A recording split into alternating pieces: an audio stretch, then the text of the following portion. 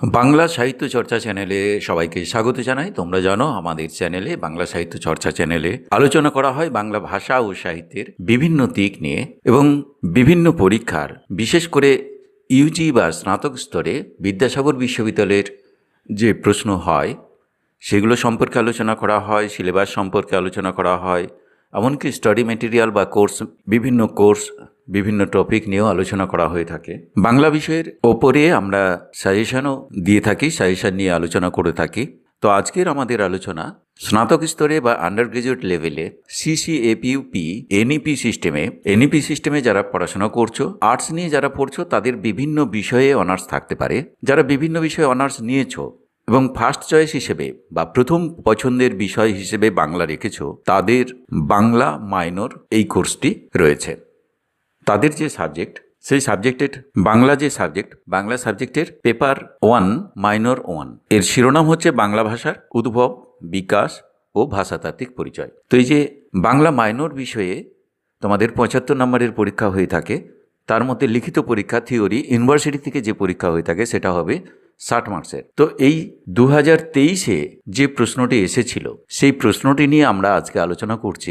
Bangla minor প্রশ্নপত্র বিদ্যাসাগর বিশ্ববিদ্যালয়ের অন্তর্গত ফার্স্ট সেমিস্টারে যে প্রশ্ন এসেছিল সেই প্রশ্নটি আমরা তোমাদের কাছে তুলে ধরছি। এই প্রশ্নটি যদি জেনে রাখো তাহলে প্রশ্নের ধরন সম্পর্কে তোমাদের একটা পরিষ্কার ধারণা হবে এবং পরীক্ষা প্রস্তুতিতে এটা অনেকখানি সাহায্য করবে। আরও একটা ব্যাপার, এর পরবর্তী সময়ে আমরা 2024-এর ফার্স্ট সেমিস্টারে এনইপি সিস্টেমে বিদ্যাসাগর বিশ্ববিদ্যালয়ে যে বাংলা মাইনরে পরীক্ষা হয়েছিল সেই পরীক্ষার প্রশ্নটি নিয়েও আলোচনা করব। তোমরা যারা এই চ্যানেলে নতুন, তোমরা অবশ্যই চ্যানেলটি সাবস্ক্রাইব করে রাখবে, তাহলে তোমরা নিয়মিত আপডেট পাবে। তো যাই হোক, আমাদের আজকের আলোচনা বাংলা মাইনর প্রথম সেমিস্টারের প্রশ্নপত্র 2023-এ বিদ্যাসাগর বিশ্ববিদ্যালয়ের এই প্রশ্নটি নিয়ে আমরা আলোচনা করছি।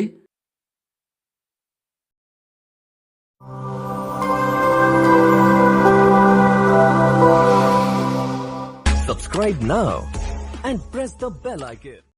প্রশ্ন আলোচনার আগে তোমাদের যে বিষয়টা জেনে রাখতে হবে সেটা হচ্ছে এর সিলেবাস কী ছিল।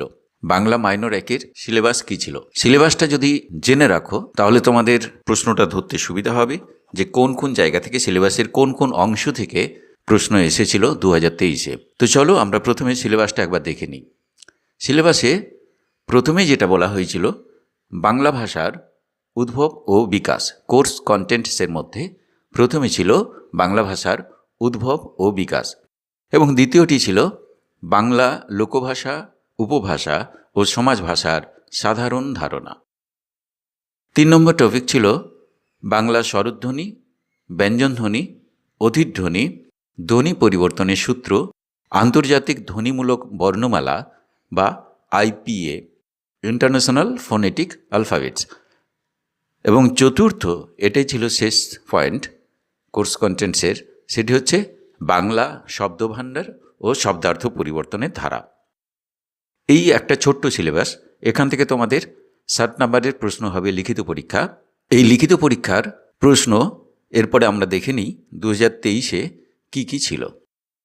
দেখো, প্রশ্ন আলোচনা করার আগে তোমাদের জানিয়ে রাখি প্রশ্নের প্যাটার্ন কীরকম হয়ে থাকে। 3টে বিভাগে প্রশ্ন হয়ে থাকে, ক বিভাগ, খ বিভাগ এবং গ বিভাগ।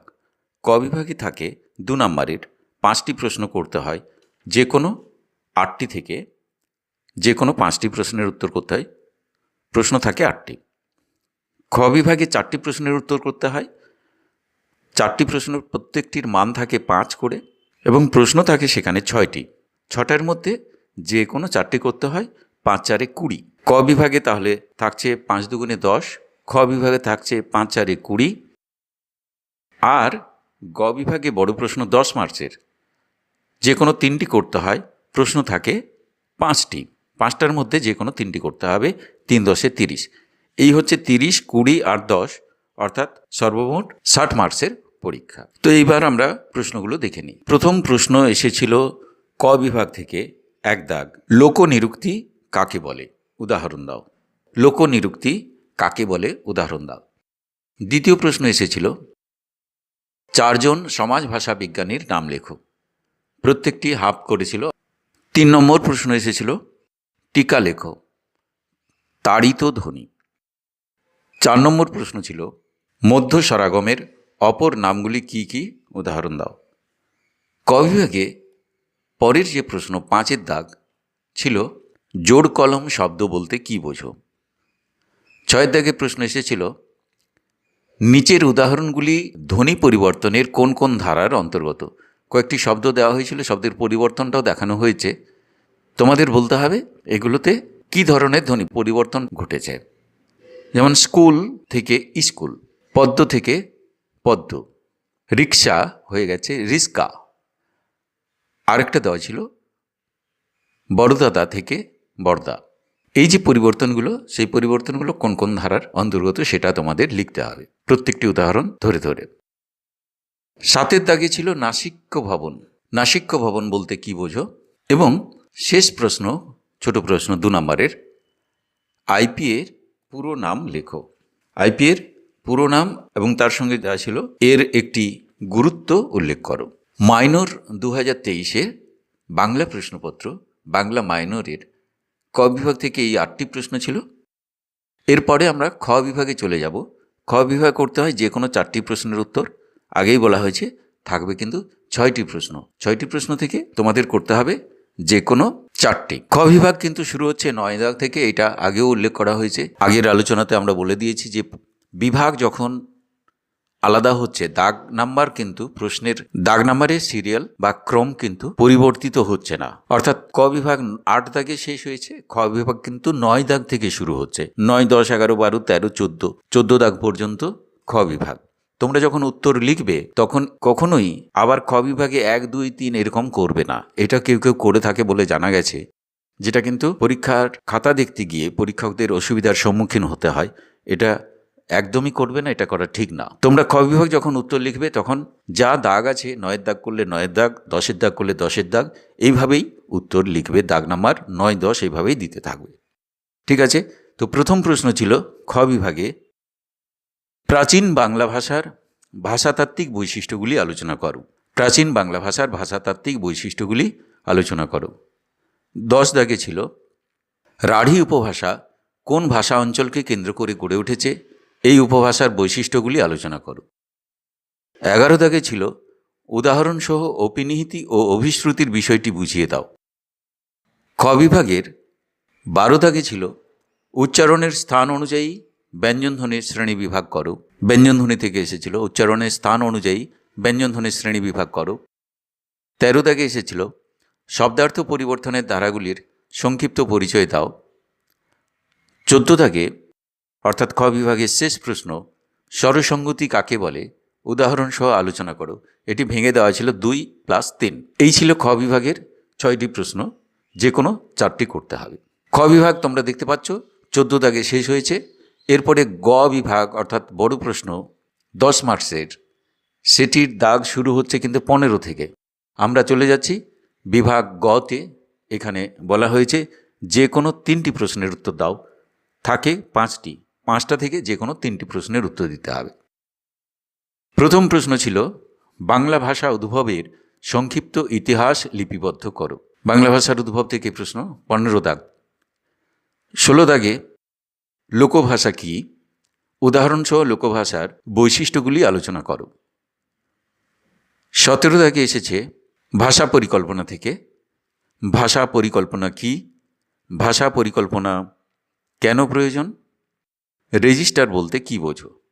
ভেঙে ভেঙে আছে 2, 6, 2 এরকমভাবে 3টি প্রশ্নের জন্য মার্কস বরাদ্দ করা হয়েছে। 18 দাগে ছিল জিহ্বার অবস্থান অনুযায়ী উদাহরণসহ স্বরধ্বনির শ্রেণীবিভাগ করো। 5 নম্বরে দেখো উচ্চারণের স্থান অনুযায়ী ব্যঞ্জনধ্বনির শ্রেণীবিভাগ করো এসেছিল। 10 নম্বরে এসেছে স্বরধ্বনি জিহ্বার অবস্থান অনুযায়ী উদাহরণসহ স্বরধ্বনির শ্রেণীবিভাগ করো। এবং গ বিভাগে শেষ প্রশ্ন ছিল বাংলা শব্দভাণ্ডার থেকে। বাংলা শব্দভাণ্ডার বলতে কি বোঝো, মৌলিক শব্দভাণ্ডারের সংক্ষিপ্ত পরিচয় দাও। গ বিভাগের সর্বশেষ প্রশ্ন শব্দভাণ্ডার থেকে। তোমাদের জানিয়ে রাখি আমাদের পরবর্তী আলোচনা 2024 মাইনরের প্রশ্ন নিয়ে পুরনো প্রশ্নপত্র কেমন হয়ে থাকে, বিদ্যাসাগর বিশ্ববিদ্যালয়ের বাংলা অনার্সের প্রশ্ন কেমন হয়ে থাকে সেটা সম্পর্কে যদি ভালো পরিষ্কার একটা ধারণা থাকে তাহলে তোমরা ঠিকঠাকভাবে পরীক্ষা প্রস্তুতির জন্য পুরনো প্রশ্নপত্রগুলো দেখে তোমাদের পরীক্ষার প্রশ্নপত্র সম্পর্কে একটা পরিষ্কার ধারণা হবে, যেটা তোমাদের পরীক্ষা প্রস্তুতিতে ভীষণ সাহায্য করবে। আমরা এর আগে AC1 কমিউনিকেটিভ ইংলিশ সেটা নিয়ে আলোচনা করেছি। এছাড়াও আমাদের এই চ্যানেলে ENVS বা এনভায়রনমেন্টাল স্টাডিজ এর ওপরে কি ধরনের প্রশ্ন হয়ে থাকে সেটা সম্পর্কেও আলোচনা করেছি। এই আলোচনাগুলো যদি তোমরা দেখে রাখো তাহলে পরীক্ষা প্রস্তুতিতে তোমাদের ভীষণ সাহায্য করবে বলে আমাদের মনে হয়। তোমাদের সবার পরীক্ষা প্রস্তুতি সুন্দর হোক, ভালো হোক। সবাইকে ধন্যবাদ এবং শুভেচ্ছা জানিয়ে আজকের আলোচনা শেষ করছি।